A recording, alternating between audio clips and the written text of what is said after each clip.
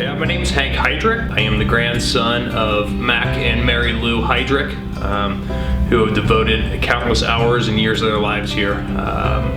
Happy to be a part of this and glad that I am now being given the opportunity to give back like they did. You know, they started here as one of the first clients of Redwood with Gary, my Uncle Gary, who I don't know the exact age, but at an extremely young age they found Redwood as a place for Gary to be able to go and interact with people on a daily basis, and you know, they just got involved so soon because they found a place that really could support Gary and his needs, and treated him like he deserved to be treated, like everybody else. And just the communal aspect of Gary feeling welcome, them feeling welcome, and being able to interact with families in the Northern Kentucky area who maybe are going through the same situation. You know, a support group or bounce ideas off of, whatever it may be.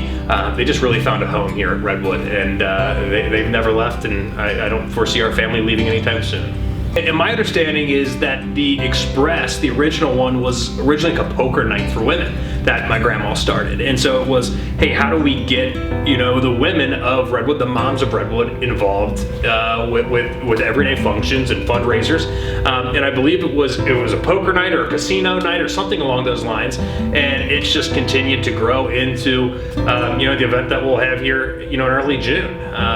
It's come a long way from what it was, and I'm sure it probably started with 15 women or something along those lines, and last year we had, what, 650 attendants. I think that's the real lasting thing that she's proud of, that the family is proud of, and she loves coming back and seeing it and seeing how it's changed. And continuing the service that she had, I know that myself and my uncles, my dad, have been very involved in the Express over the years.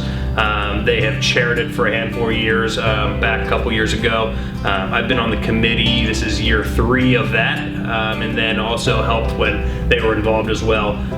But just we see the value and the importance of the service that we can provide for this organization, this school, and it all stems from her leadership and her example. You know, if you've spent time around here, hopefully you've had the chance to meet either myself or my dad, my uncles, my cousins, my mom, my siblings as well. I think we've all found specifically this place is a place that we'd like to spend our extra time that we have. But in general, I just look at the way that our household was raised is, you know, you take care of yourself, but you make sure that the others around you are taken care of as well. And whether that be financial, time, you know, whatever excess maybe you have, to share that with the people around you. And Mary Lou was the epitome of just making, like I said earlier, making sure that the people that she's around are taken care of. And so I'm just thankful that I'm able to give back to the same organization that meant so much to her and my grandfather. There's a story that I tell people all the time about her that jumps out to me, is just Mary Lou being the nurturing grandma that she is.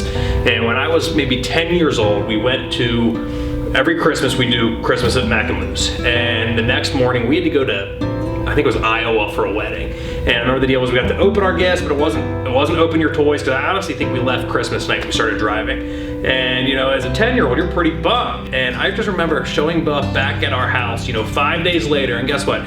My toys are there, it has all the stickers on it, it's built, and it just, that's the story that just constantly reminds me that Mary Lou has just been the ultimate grandmother to me, always thinking about the next person. When I think of who Mary Lou is, the decisions she makes, and it's always, how can I better the situation for the people around you? And I know it's kind of silly and simple, but I think that really just shows the kind of person that she is. We reference Mac and Lou as saints, and I would say that the parents of all clients here at Redwood are.